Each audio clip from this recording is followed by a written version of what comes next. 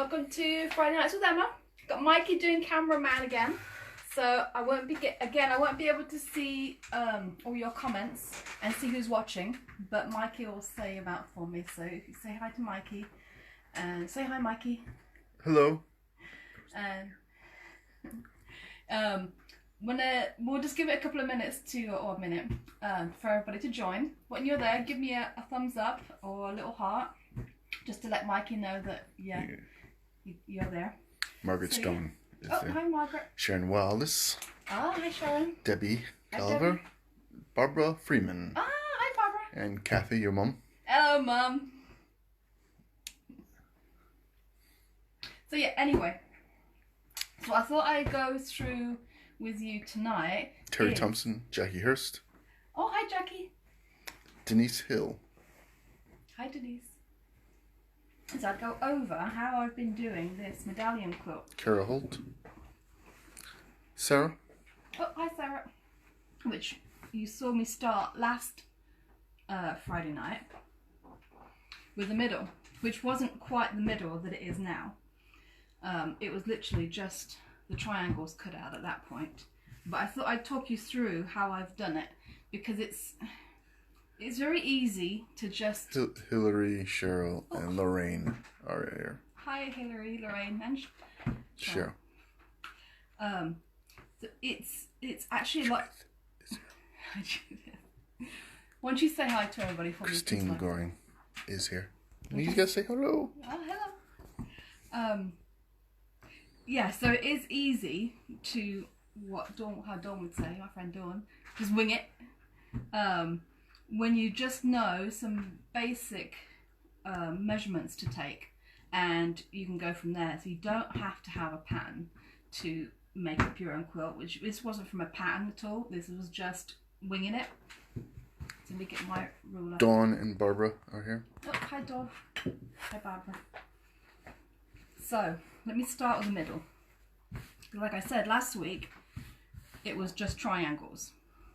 Now, usually with a quilt or with a block, you kind of start with the middle and you build your way out. But sometimes it's easier to go the other way.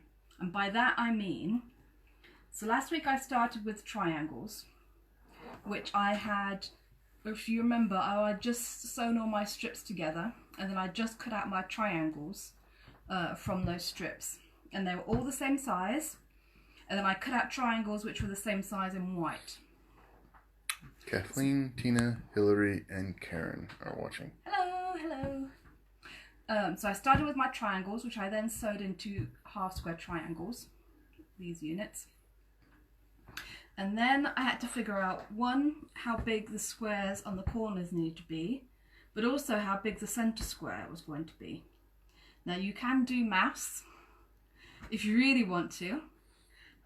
But the easiest way I found to do it was actually put these units together first, which is kind of a cheater's way of doing a flying geese unit, which is just two half square triangles put together. I then, before it was sewn, after these two had been sewn together, but before I'd sewn anything else, I measured this side from the raw edges to the raw edges, so you get the full length, not just the finished length. So if I do that, that would have been about 4 3/4. That gives me the size of the square I need for the corner. So you need 4 squares, 4 3/4. I think I might have did 5 inches and then trimmed it down to size just to make it a bit more accurate. And then for the middle part, I just again randomly sewed some strips together to make a rough square size, and then I measured just across my unit, my bottom of my flying geese unit, so that would have been 9 inches from there to there. That's including the seam allowance on either side, so 1/4 inch of seam allowance on either side. So then I decided that I needed my centre square was going to be 9 inches square. So I actually worked backwards. So I did my flying geese units first, and then I determined how big my centre square needed to be. So that was that. Then I just added a border, first plain border, very easy. I think I did a 2.5 inch strip, so it's 2 inches finished. My next border was very easy again, which was similar to what I've got here. So I had a lot of cut off. So these scraps were all left over from a quilt that I made. And so a lot of the strips were, or the squares were all cut to the same width. And which these were. Diane, Joan, and Karen are watching. Oh, hi Diane, Joan, and Karen. And Anne. And Anne. They were a little bit narrower than, oh no, maybe they were the same width. All I did is literally just randomly sew them end to end. So I'd have a really long strip. Joanne is watching too. Oh, hi Joanne. And then I didn't measure anything for this border. All I did, and I've shown this how I do borders before. Technically you are supposed to measure your quilt size and then measure and cut your borders to size so that you don't get wavy borders. But the way I like to do it, it's a lot easier, a lot less faff, is I just lay my border down to make sure that everything is absolutely smooth and flat and not going anywhere. And then what I'll do is I just pin, and I'm not a pinner, as you know, but for this part I do pin probably about every 2 or 3 inches that border all the way along, so that when I'm sewing them on, they're evenly sewn together. If you don't do that and you just whack your border on without measuring or pinning or anything, what can happen is one or the other, so either the quilt or the border can stretch, and you can have a longer border attached to a shorter quilt, and that's how you end up with wavy borders, and we don't want that. So that's how I did that. I just did a very basic 2 short sides, just like I've done on here, 2 short sides and then 2 long sides for that part. Hannah is watching and says nice blouse. Hi, look. Oh, thank you. Lorraine is watching, and Diamond says you've been busy. Yes, yes. So this next bit is another bit of what I call reverse engineering as well. So I'll show you how to do this, and then I'll talk about length and making it fit onto here. So let me move all this out, and I'll show you how to do this border next. Sarah Wells is watching. Oh, hi Sarah. So let me just scrunch that up, put it to the side. So to get that square, red square border, all I did was, again, I had strips left over, which I sewed together, just like you would do for a 9 patch, but you just need a background, a red and a background. I could have done, it would have been really nice actually to do a beige on that, but I didn't have enough of the beige, so I had to do the white.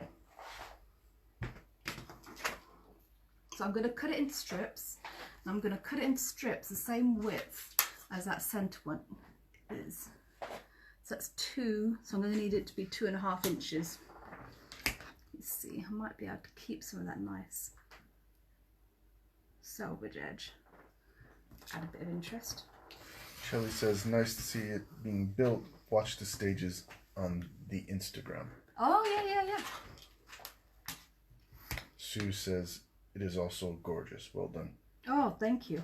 Yes, it might grow a little bit more. So I'm just cutting these into strips.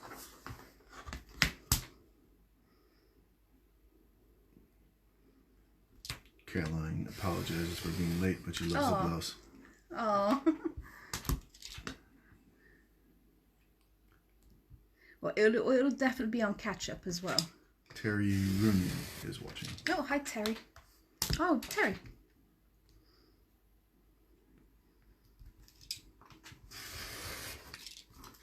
Just got a couple more because you're getting the idea. Ooh, 2.5 inches.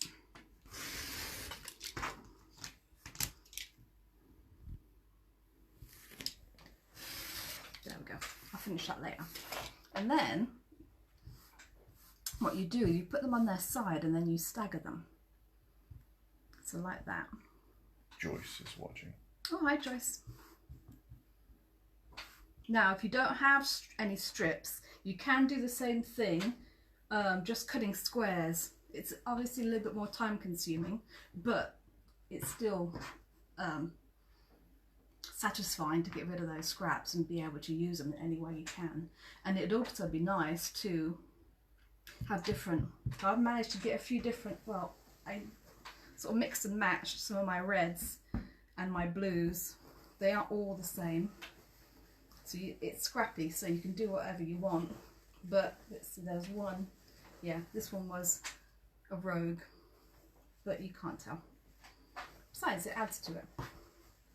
So you do that. Now I have pressed my seams out on this, just because it helps to reduce some of the bulk. But if you press them all inwards, it would also help if you need to help with the nesting your seams so that you have nice accurate corners. If not, this is what I did pin for these actually. Pinning again, even though you're not a pinner. I'm not a pinner. There are certain times I pin. So then I'll sew these up so you can see.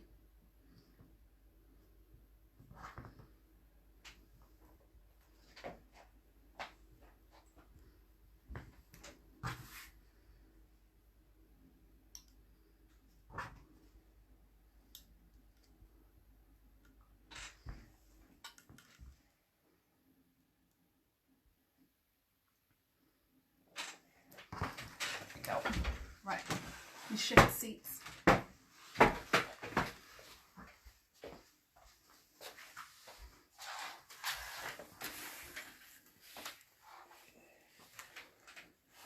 Can you see? Mm-hmm. Yeah. Sorry about that.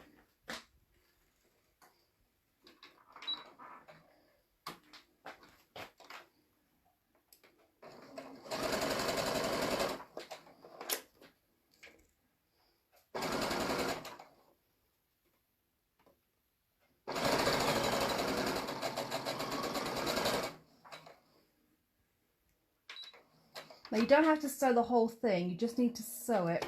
So I've sewn it, started a couple of stitches before that square, and then I've gone a couple of stitches past here, but you don't have to go all the way to the end of that square because it's not attached to anything, and it won't be attached to anything.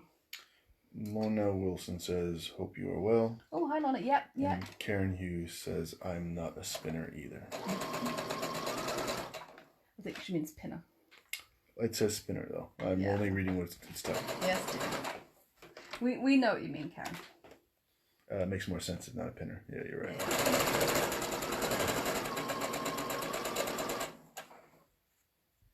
If you press your seams all to the dark and they nest, is another reason why, well, there's another way of avoiding to pin, because the nested seams will help to keep them in place so they don't shift. Elaine White says hello. She's late. Hi Elaine. Oh, no worries, no worries. It'll be on catch up. It'll be on catch up. I'm just showing you how to do the border on that medallion quilt, that red square border. There.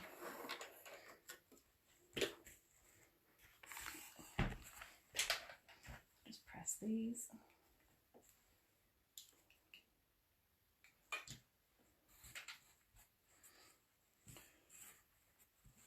Laurie Ross Goldsmith says hello. Oh, hi Laurie.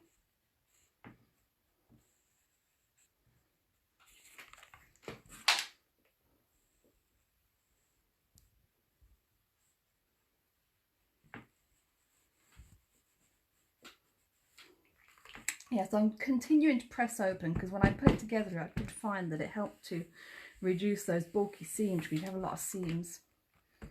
There's that one. I don't usually press open, but it did work quite well for this.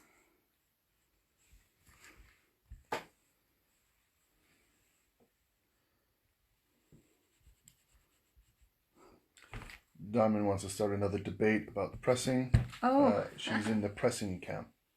Controversial. Oh, in the pressing camp. I think you definitely need to press. There are times when I have had to do quilts very quickly and I've only pressed them at the very end or roughly. But Karen says she did mean pinner. Sorry. Yeah. It's Friday and the wine is open. Yeah.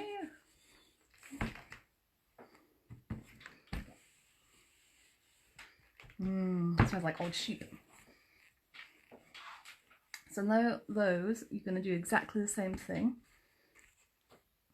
Make sure that they're offset. So that one will go onto there. Margaret Riley is watching. Oh, hi, Margaret.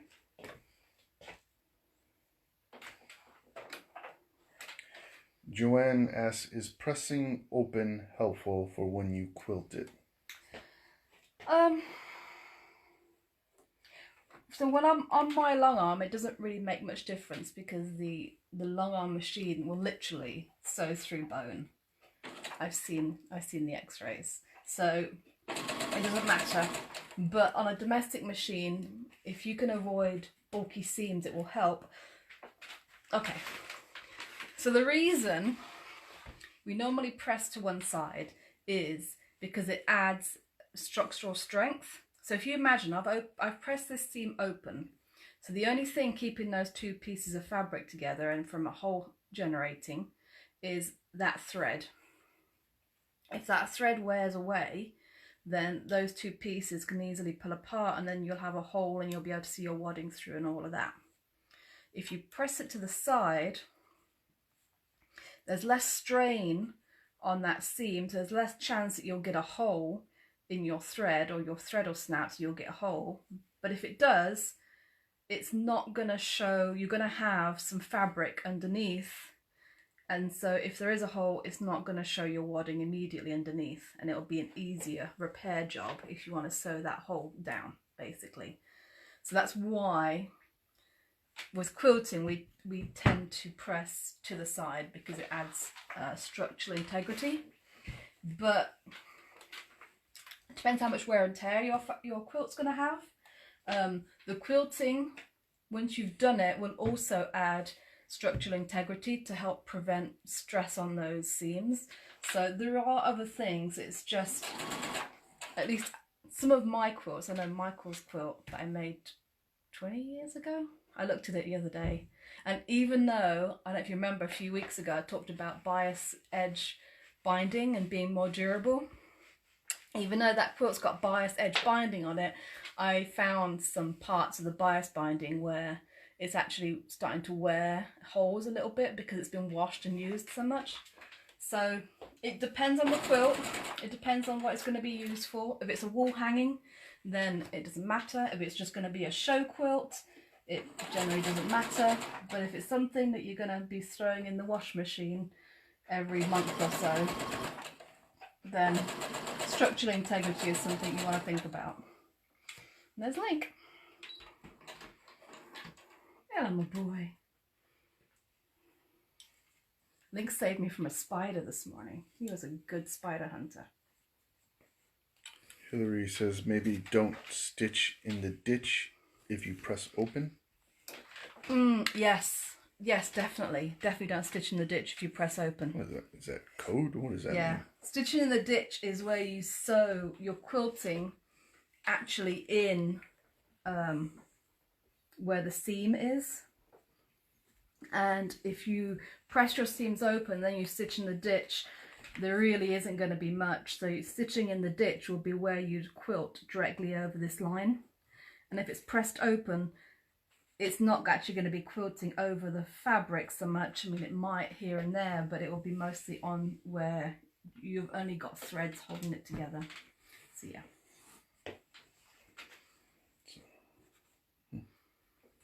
See, it's a lot more involved than you thought. It's a lot more technical than you thought.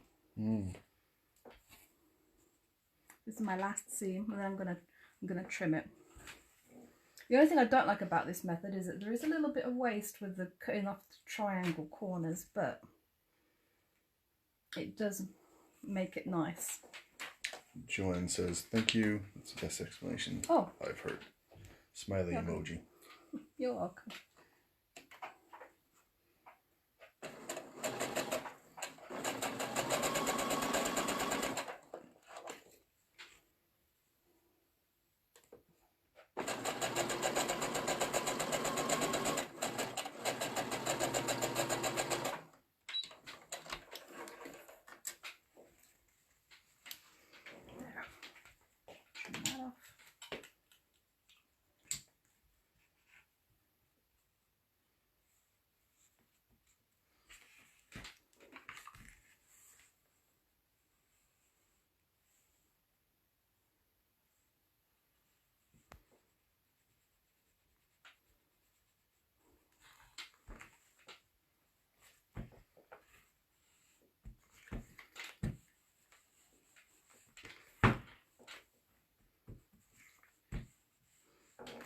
Okay, so now I'm going to take it and I'm going to trim it. I'm going to kick the cat off. Kathleen says, funny how quilting is different to dressmaking as you press seams open when making clothes. Good explanation about the stress on the seams. So now what I'm going to do is I'm going to trim it, all those extra bits off, so that I've got a nice straight strip. Now where I'm putting my ruler is, where's my, here, if you can see, where's my, sorry, that's my arm. See right here is my 1/4 inch line, and I've lined up my 1/4 inch line with the top of my points on my squares, because I want at least a 1/4 inch seam allowance along here on top of my square, so I don't lose my points. You may need to shift it a little bit. Yeah. Now this one isn't lined up because I haven't sewn the last square on there. I need to add another square on there, so I will find that. Hillary joined late. Love the offsetting. Does it have a name? It's so clever. I think it's generally called Seminole. So you can do, I've only done a couple of colours, well 3 colours, but you could do more. So Diamond says, oh bless, he's asking questions. Gotta love his interest. Well done, sir. So I've only done 3 strips. So you remember those strips I had to begin with? You could have a whole series of them. So you could have, well, as many as you want, really. And then you just offset them by 1 each time. So you could have a much wider border with lots of different colours. You could have a rainbow one if you wanted to. Or you could do beige, red, and beige. So you'd have a couple of lines of your red squares. Yeah. Oh, I had it all over. Oh, I wanted it already.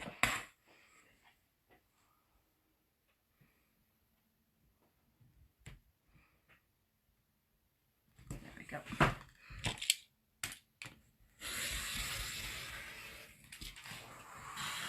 There we go. So, like I said, I need some squares for either end now. I'll use my sharpening ruler. It's easier. So I need a 2.5 inch square, 2.5 inch squares for either end. 1 to go there. Amanda Don Gilby is watching. Oh, hi Amanda. So that's going to go there. That's going to go there. So I didn't show it. It's cut, so it's harder to show. But Lori also likes your blouse. So oh, thank you. It's a big hit. So you can do, remember that trick I did last week where you fold your square in half to find the middle, and then fold this in half to center it.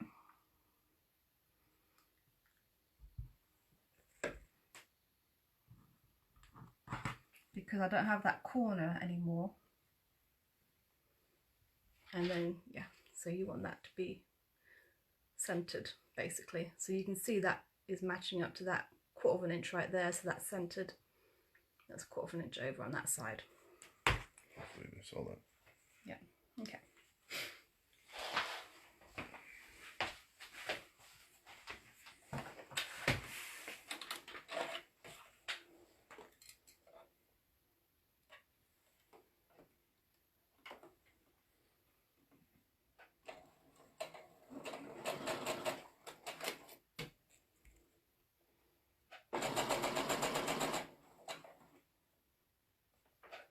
Christina is watching. Sorry? Christina is watching. Oh, hi Christina.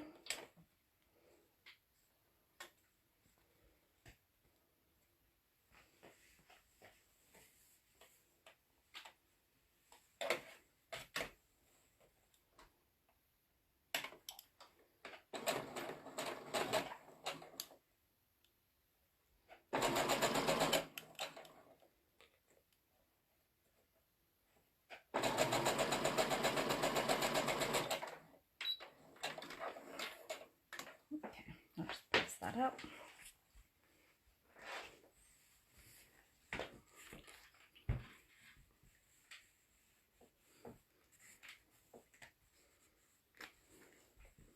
So it's better if you do that before you trim, because obviously I've got to trim that again now. But I forgot.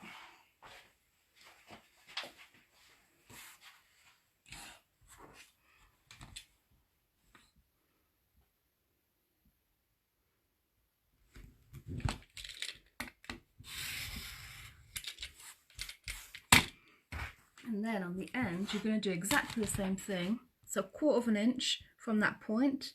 I'm also going to roughly, make sure that my line is lined up with my edge along there, or any line that's on the ruler is lined up with that edge. But you've got 1/4 inch from that, and then you can trim it. I will show you. You can see there's some bits here where there's a gap. Don't worry about that because it's still 1/4 inch. You've got plenty of fabric there if you're going to stitch straight across that bit right there, so you'll have plenty of room and it won't affect it at all. So if you end up with that, don't panic, as long as it's not too narrow. That's a little bit narrow, I will admit. That's a little bit short. It's not quite 1/4 inch there. That's why it's best to put those end corners on before you trim everything. But it'll work. What I'll do there, when I can sew that on, if I use this bit, is I will probably reduce my stitch length a little bit from 2.5 to maybe about 2 or 1.8. So you've got more stitches along that bit to add a little bit of structural integrity, basically. That's what I thought as well. Yeah. So that's that. Now, how do you fit that onto your quilt? Well, it's a very easy cheater's way without having to measure too much. There is some measuring involved. But what I did... Debbie and Pat are watching. Oh, hi Debbie, hi Pat. Is instead of wondering how wide do I need to make this border to fit onto my quilt, I actually made the border first and then added this strip to size so that it would actually fit. So what you do, make your border as long as you want it to be, basically, and then what you need to do, so I'm going to put it here because my other side of my border will be along here. So basically, first I want to measure how wide my border is without the last 2 repeats on either end, because that's going to be effectively my short side. So what I did is I measure from there to there, which is about 31.5 inches. and then you measure, obviously with the edges on either side, how wide it is from here to here. So that's 25 1/4. Now you subtract 25 1/4 from that length. You then divide the difference by 2 and then add 1/2 inch. And that is how wide your borders should be. Now the length of your border, this short border obviously is the same length of this quilt, so all I did was laid it on and pinned it to get that length. But it's the width that you need to worry about, because that's what's going to add your length on either side to make your border fit. So I'll say that again. So I measured from here to here the width of my border. I measured here to here the width of my existing quilt, for want of a better word. So that would include the seam allowance. So from raw edge to raw edge. I then subtract this number from that number. The resulting answer that I get, I then divide that by 2, and then I add 1/2 inch. And that tells me the width of the strip that I need to add to make this border fit. So that's the width of the strip. And then the length, like I said, I just pinned it on. I cut strips that were the width that I needed. So for this case, it would have been, so that's 3, so it would have been about 3 3/4 roughly. It might be a little bit more because it's pressed, so it's a little bit hard to, I can't remember now because it was earlier in the week.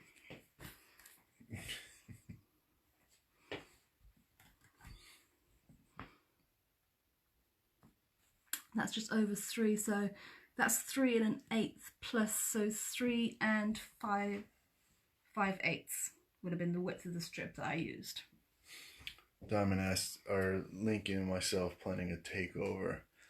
No. I've seen the boss's job. I don't want the boss's job.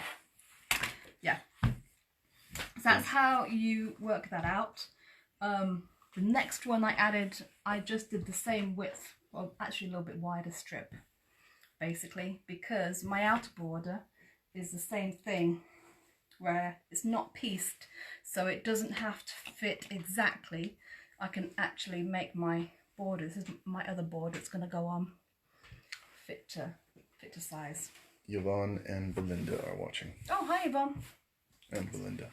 So that's that. Hopefully that was helpful on how to figure that out. If you've got any questions or that wasn't clear, just message me, because I can definitely tell you again. One thing I love about medallion quilts is that it's really easy to get them to grow and use up all your scraps. I haven't seen it done here in the UK, but I have had friends in America who've done them. Quilts, medallion quilts, which they call a round robin. So with that you have a group of friends, and each person makes a centre square and either provides the fabric to match, or scraps, or whatever it is that they want to use in the quilt. They then send that medallion on to their next friend, who then adds a border, and then they send it to the next person, who adds another border, who sends it to the next person, and then adds it, and then finally it comes back to the original person. So each person makes their own medallion, and then each friend in the round adds a border, basically, because there's so many different things you can do. I mean, I've done them fairly plain, and then with the squares, but there's so many other things you can do. I show you what I've been starting, move this over, for the pineapple quilt. So if you saw the pictures, oh, Michael's getting it for me. I continued with the pineapple, and I managed to finish the top, well, kind of. So that was my pineapple quilt that I continued. And then to continue using up my scraps, I'm going to add a border that is called Prairie Braid. So I've started 4, one for each side. I'll lay them out so you can see. This is a really easy way to get rid of strips. So I've started them up. Ooh, that one needs to be pressed a little bit better. So you start from this end and then you continue adding like that. So I'll add that strip onto there. There's my pin just to keep it in place. Let's see. Let's add a bit of pink to that one, just randomly. So that will go onto there. Tony is enjoying watching again, having serious fabric envy. Oh. Dawn says she loves the pineapple quilt. Oh, thank you. And notices I'm doing a good job. See, press that out. Yeah, some of this fabric, this greens, are left over from a log cabin quilt that I did that Travis has now.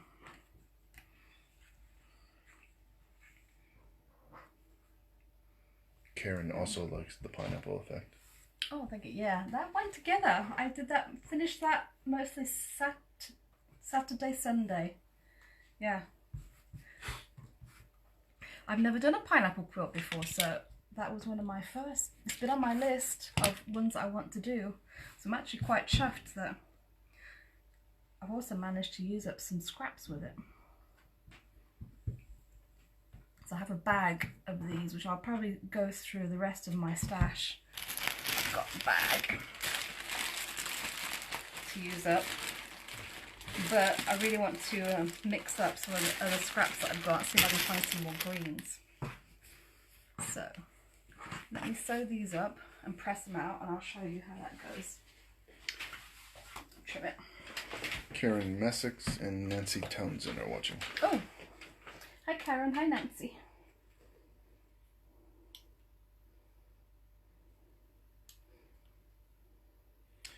Joanne asks, how wide are the strips that you are using? So I've actually got a mixture. So some of them were left over from the actual quilt, so 1 3/4 inch, but I've also cut some that are 2 inch. So it doesn't matter, you can mix them up. Obviously it's scrappy, so.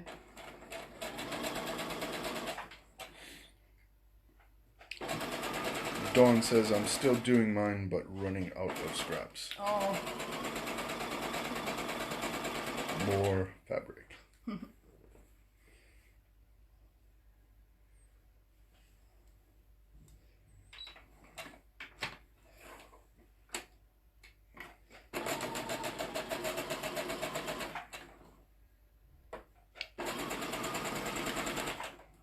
Ooh, ooh, ooh.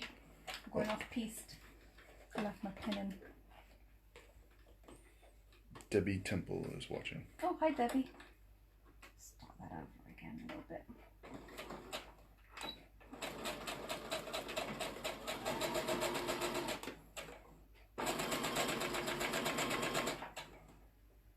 Now I'm caught. Where's my jack?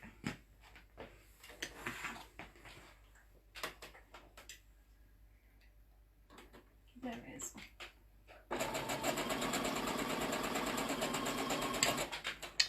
Dorothy Davies is watching. Oh, hi Dorothy.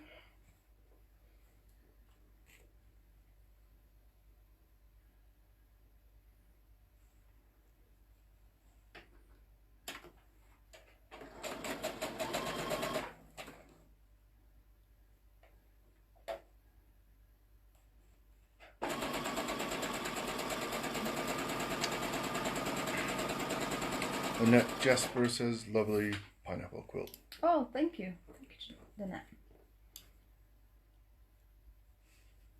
Yeah, I'm hoping I can find enough scraps that will go with it to finish this Prairie Braid border.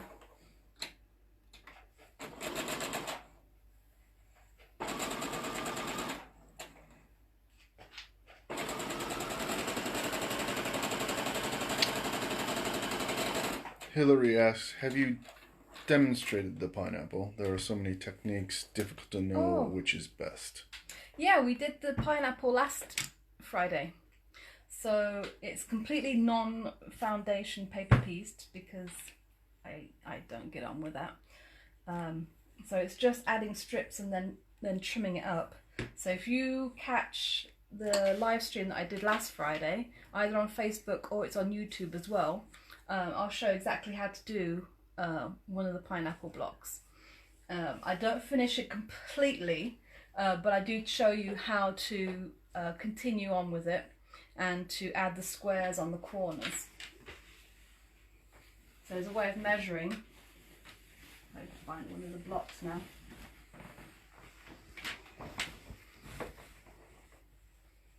Yeah. So you start obviously with the centre, and I'll show you how to do the centre, and then a few rounds out, and then this corner triangle. Yeah, this corner triangle. I'll show you how to measure that. It's cut from a square, so how to measure that size of the square that you need, and then cut it in half to add the triangles on the corners. Your brother Simon is watching. Oh, hello Simon. Right, so those are all done. Now I'm just going to press them out.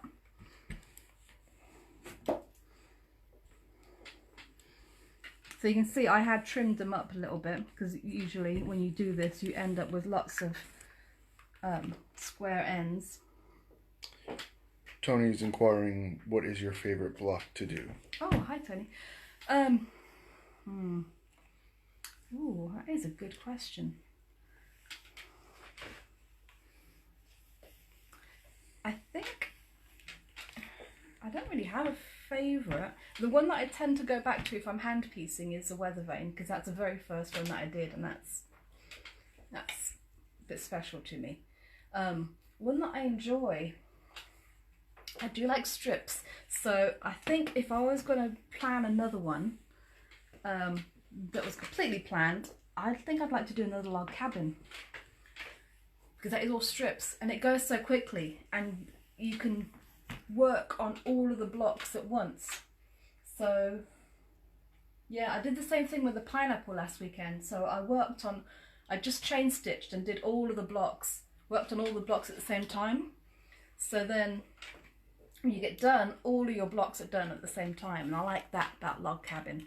And there is a really nice pattern, actually it's the green one that I did for, well, ended up with Travis, that was a log cabin that has stars in the corners of each block, which I really like. I think I'd really like to redo that one again. Elaine says it's nice to see the demos the right way round, i.e. not mirror image. It's good to have an assistant. Yeah. Well, we'll see how much longer we can rope him in for. So we'll see. Let me trim those up. Elaine also asks, what about a curvy log cabin? Oh yes. I actually have foundation by the yard in the shop that is a little bit like that, uneven. So the strips are narrower on one side than on the other, so you end up with it being sort of curved out. That would be nice. Yeah. There's so much you can do with a log cabin. It's your world. You can do what you want. Michael's been watching Bob Ross. I don't know if you've ever seen Bob Ross. You gotta watch Bob Ross. He's God. Yeah. He says it's your picture, it's your world. You can make it whatever you want it to be. Dawn says, "Oh, please! I definitely want to make a log cabin again." Oh yeah. I like that. It is so, and it's another good one that's good for Scrappy, because all you have to do is separate your light from your dark. Actually, we could do a log cabin next week, because I have some more scraps that I wanted to do that are completely different from this sort of palette. They're all sort of brights, but I do want to show how you can just separate light and dark, and then it will go together really well. The log cabin is getting a thumbs up from a lot of people. Okay, we'll do log cabin. Actually, maybe I'll do the log cabin with the stars in the corner, so you can see that as well. Ooh, maybe that kickstart me into doing it. Okay. Jennifer says, great demo. Love your machine. I have the same one. Yeah. So easy to use. It is. I will admit, the only thing I don't like about it is when you start it up, The needle starts in the left hand position. So, yeah, let's think for a minute. And when I'm using my 1/4 inch foot, the amount of times if I don't remember to turn that dial immediately, the amount of needles that I've broken, yeah. But other than that, yeah, it's a great little machine. Mum got it for me for one of my birthdays. So yeah, this is my little take to workshop machine. Sorry, we dropped out there for a minute. Oh, okay. The log cabin is getting a positive. Oh yeah, okay. Well, I'll show you the way I bright and cheery. Yeah, I like a log cabin, and I'll show you kind of a cheater's way. It's not necessarily a cheater's way of doing it. It is legitimate. It is in a book somewhere, but it's a lot quicker. And Karen says stars too.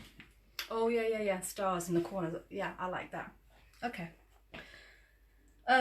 So basically to trim it up, you just need to work out where the middle of your strip is, in between all your zigzaggy bits, basically, and then trim it up. You don't have to trim it up after each time that you do a strip. You can just do a number of strips and then trim it up afterwards, so it's all the same. Sue says, love your demos. Oh, thank you. That's that. Carol says, love the demos. Oh, log cabin demo is a great idea. Okay, we'll do that next week. For sure. Oh, these would be good for log cabin, actually. All these cut-offs. Because the good thing about log cabin, if you're using scraps, is you need shorter scraps in the middle than you do on along the edges. So even a piece like that, you'd be able to use in a log cabin.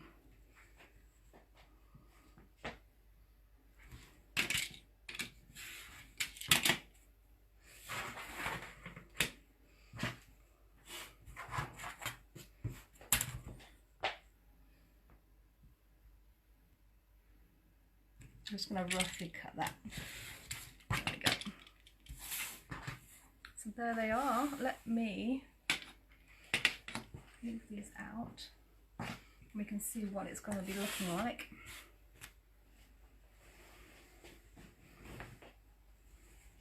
So I actually had quite a bit of this flowery fabric. I think I got it in a sale. I mean, I've literally had it.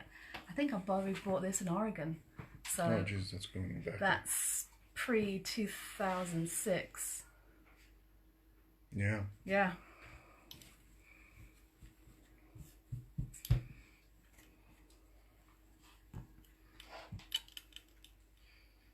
Eventually, I can get it to grow. Maybe don't want that against that.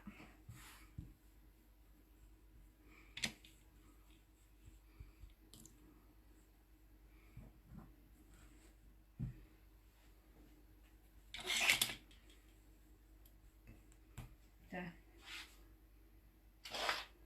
So eventually, we'll have a Prairie Braid.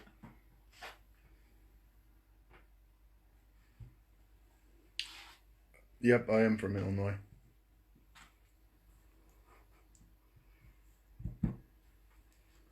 There we go. So that's Prairie Braid. Prairie Braid is actually really nice, not just for a border, but in a quilt on its own right. So what you can do, a bit like how we're kind of doing the flying geese in strips. Oh, Lori's from Illinois too. Whereabouts? I'm Chicago, born and bred.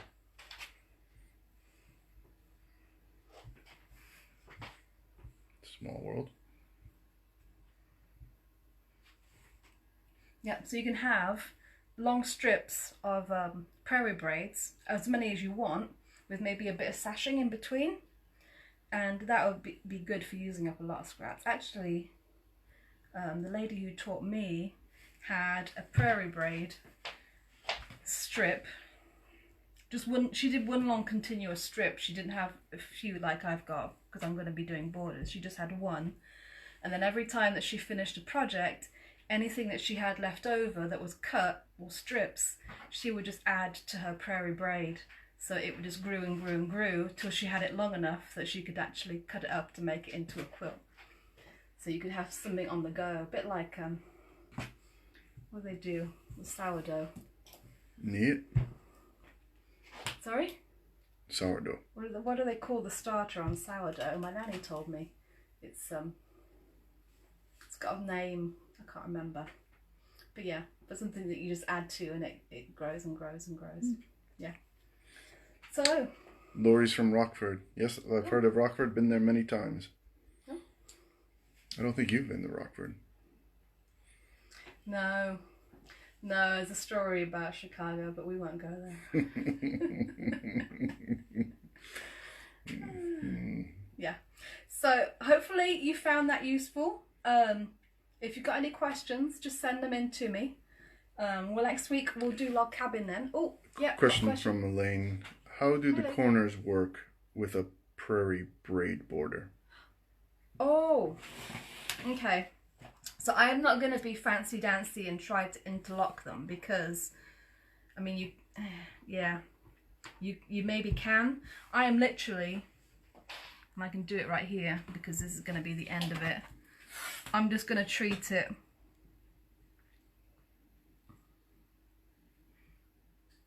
try and square that off as much as I can. I'm just going to cut them square, basically. What I might do is, rather than doing blocks, I mean the borders like I've done on this one, where I've got 2 short sides and 2 long sides, very often if I don't have enough fabric for the long side of a border, but I've got enough to do from here to here in one strip, what I'll do is I'll interlock them, if that makes sense. And I'll probably do the same thing with this braid because I want the design to be kind of interlocking. So what I would do is make this in one long, obviously continuous strip, but so that it overlaps one corner like that. So that would be where my other one would go up, basically. And the way that you do that, when you sew your very first strip on, I would sew it so this is completely up to the raw edge and sew it all the way along. And then when I get to this end, before I get to the end, because you're going to have this bit overlapping your actual quilt, is I'll leave about 1/2 inch gap where I haven't sewn it, where it's loose. So 1/2 inch from the raw edge on this side. And then I'll continue. So then my next strip I would sew from here, for instance, raw edge, because the edges will be all aligned on here, all the way up, down past here. Continue on, start here, sew it down, and then the last thing you've got to do is then attach this side onto the end of your border. I might have to do a tutorial on that one day on how to do interlocking borders. I think that'd be the best. Yeah, because that's a bit of a, unless you're with me, that was a little bit hard to follow, I'll admit. So I will, maybe next week I'll do the log cabin. Week afterwards I'll show you interlocking borders, which would be a good one, because I might actually be ready with some Prairie Braid to add on. Jackie asks, seeing how quickly your quilts grow has me wondering how many you've made since you began. Oh, that's a really good question. I don't know, to be honest with you, because we've got an airing cupboard full of ones that we actually use. Plus, I've made quilts and given them away. There's been a couple of quilts where I've made a deal. If the person buys the fabric, I make the quilt for them. So there's been a couple like that. But yeah, I wouldn't even be able to hazard a guess. It's easily over 100, I would have said. Yeah. I'm not sure. Joanne says, huge thank you to both of us. Lovely evening, very inspiring. Off to look through my scraps for next week. You guys are fab. Yeah, oh thanks. Yeah, so for next week what I would recommend you do is have a pile of light and dark. That's all you need. And a way that's easy to figure out if you've got a fabric that you're not sure which pile to put it in, use your phone camera and put it on the black and white setting, and then you don't even have to take a picture. I think you can just look at it through the black and white setting and you'll be able to tell which value it should fall into, basically. So yeah. Elaine says, thanks, I think I got it. And Debbie says, thank you, learning so much. I'm a complete novice. Oh, good. Yeah. Oh, I'm glad that's helpful. But yeah, I'll do interlocking borders at some point, because that's a technique that I really like, especially when you find that you don't have quite enough fabric to do that long border when you're putting borders on. So yeah, the log cabin, start log cabin next week. Judith says, thank you, lovely demo. Oh, thanks, Judith. Yeah, so I will leave you to it. Have a good evening.